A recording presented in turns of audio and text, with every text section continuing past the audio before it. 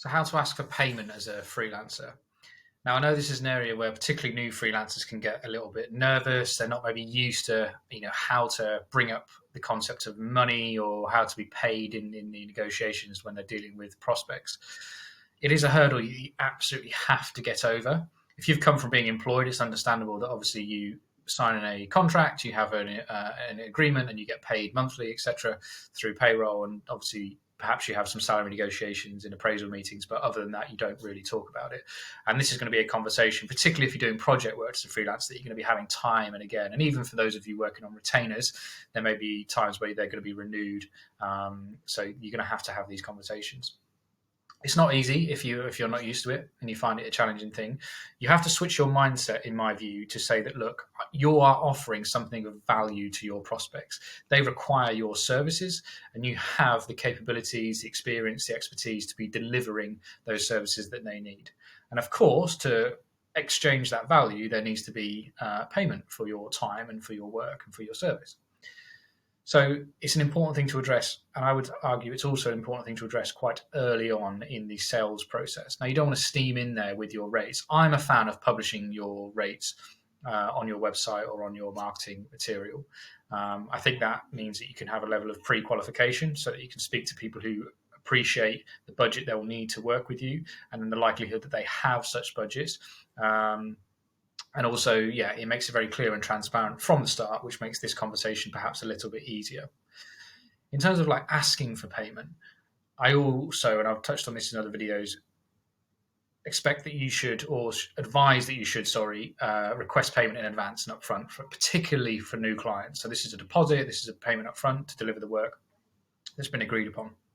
And as I say, particularly important for new clients because you don't necessarily have that trading history. You don't know if they have, if they're going to be able to pay you on time. And people will always say they're going to, of course, but you never really know for absolutely certain. And you just need to cover yourself as a freelancer, particularly if you're investing a lot of time in working on a project. And also that time's taken away from maybe other opportunities. If you don't have that confidence in their ability to pay, you could potentially lose out significantly there. And that can make one of the big challenges of early stage freelancers when they come across this. So always ask for some payment in advance. So what I would say is to bring it up in early conversations, but not at the start of the conversations. First of all, obviously ask questions, understand about the prospect.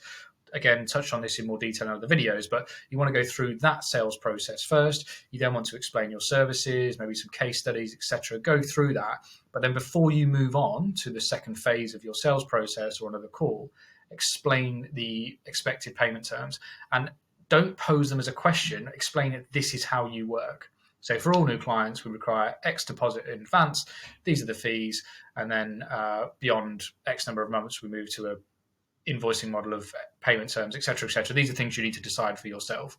And again, I can advise on that. So please ask any questions. But it's important that you do that in the early stages.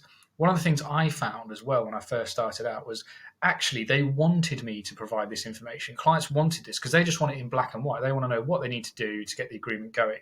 And so when sometimes I was hesitant, there was a level of confusion about, what are the payment terms? Who's setting these? When do you need payment?